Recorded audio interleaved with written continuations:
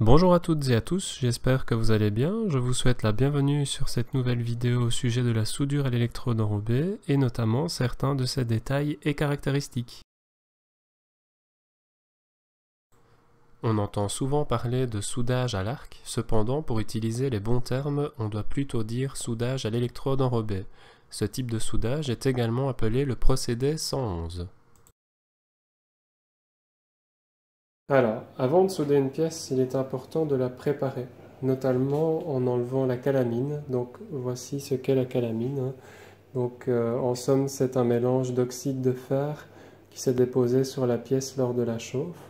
Et pour supprimer cela, j'utilise un disque, on peut l'appeler un peu comme on veut, mais pour nettoyer. Et donc ça ressemble à une éponge un petit peu rugueuse comme ça. Et donc ce disque pourra enlever la calamine sans pour autant abîmer le métal qui se trouve en dessous. Alors, si la pièce est grasse, je vous invite également à la nettoyer par exemple à l'alcool à brûler.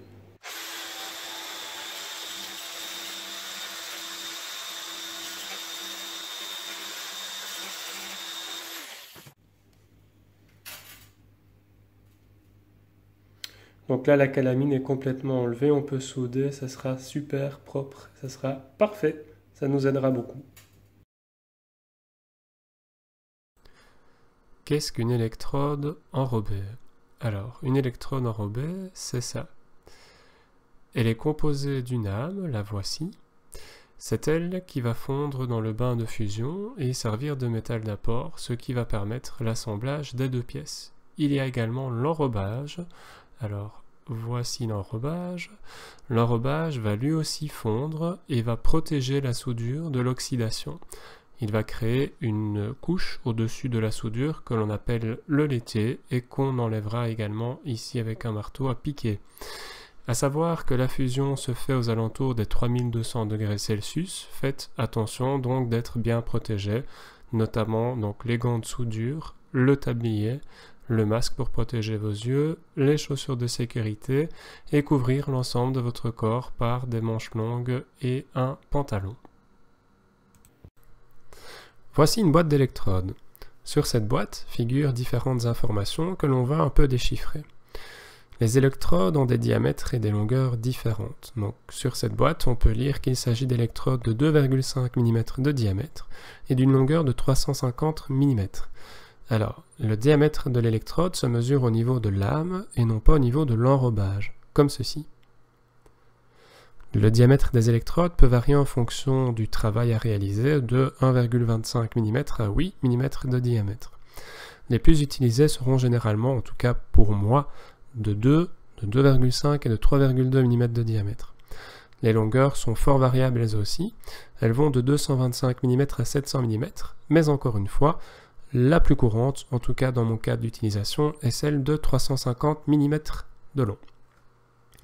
Une autre information importante à prendre en compte pour les électrodes, c'est qu'elles doivent être protégées de l'humidité. Certains soudeurs d'ailleurs font un étuvage des baguettes quand elles sont restées inutilisées pendant un certain temps. Ceci consiste à chauffer les électrodes au four.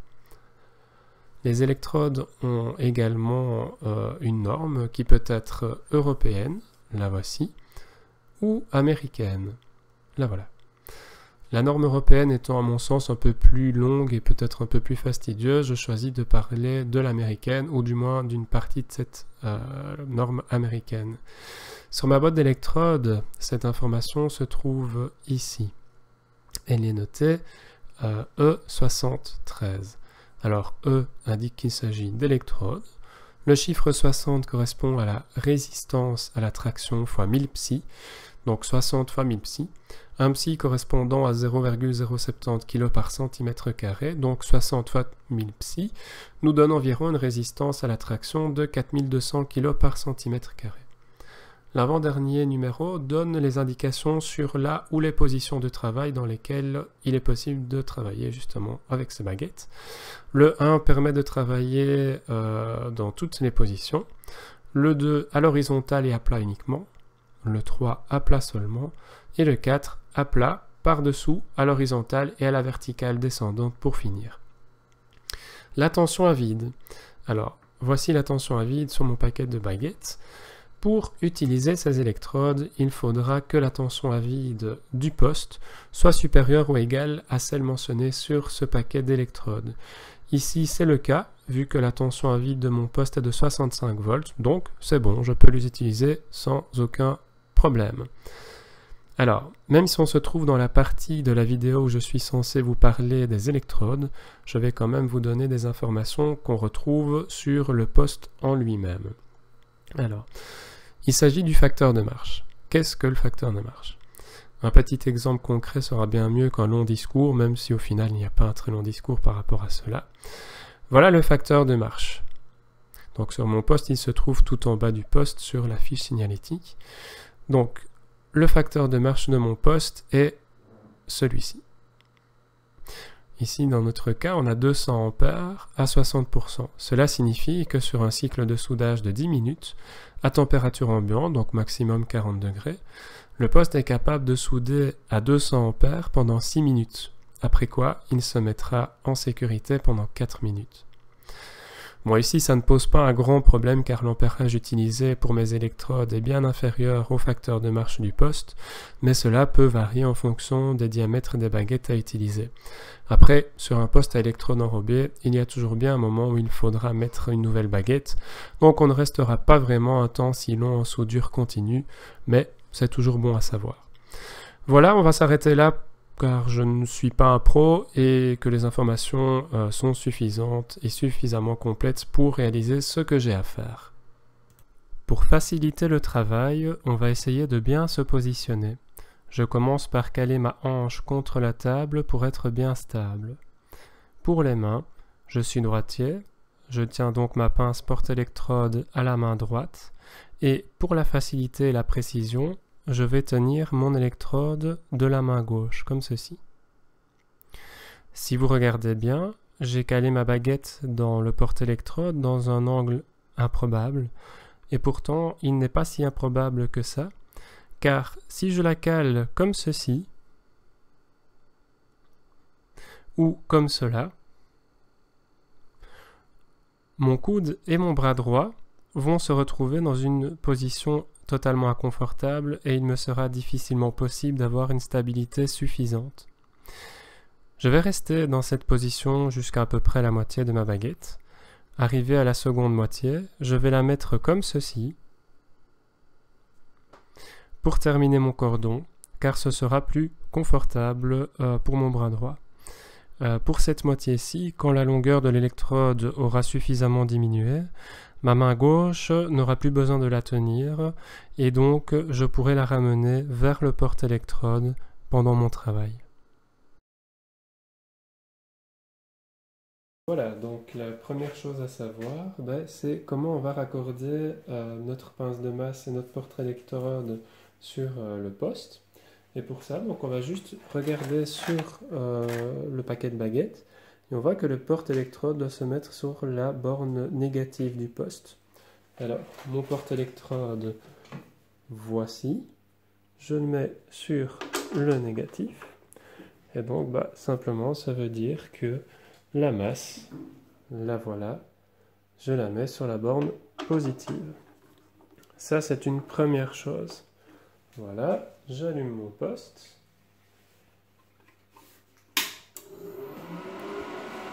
Alors, deuxième chose, on va régler l'ampérage. Alors, toujours sur la boîte de baguettes, ici on voit que ce sont des baguettes qu'on utilise à 80 ampères. Voilà, je suis à 80-84 ampères, on va tester comme ça et on vérifiera ce qui se passe. Et s'il faut, on adaptera l'ampérage. Alors, pour l'amorçage, ce que je vais faire, c'est que je vais prendre mon électrode comme ceci, je vais la tirer en arrière et puis la ramener un peu plus lentement et ensuite je vais pouvoir continuer à faire mon cordon comme ceci. Alors, vu que je n'ai pas de filtre à mettre sur mon téléphone, sur ma caméra, je vais mettre la caméra un petit peu en arrière, je vais faire ce geste et on regardera ensuite ce que ça dit.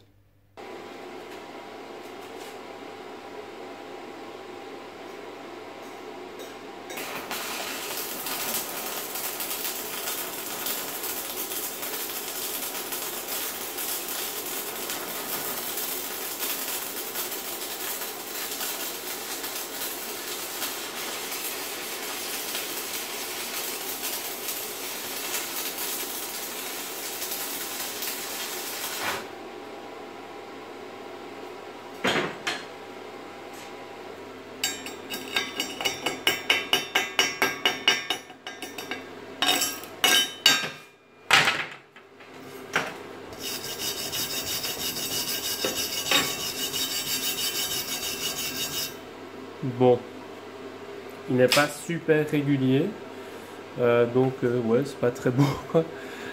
Ici on voit que je suis resté un peu trop longtemps et certainement peut-être pas à la bonne distance. Donc voilà, il y a des plus beaux cordons, c'est clair.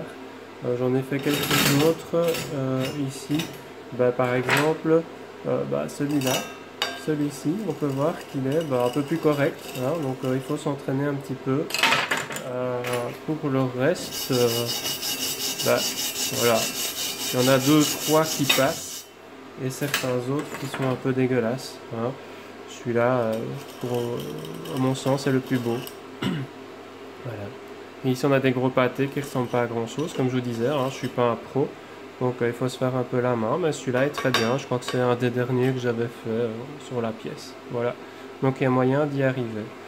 Ici aussi, bon il n'est pas très droit, hein, mais la taille et la distance de chaque côté est plus ou moins la même, donc l'avance était plus ou moins correcte.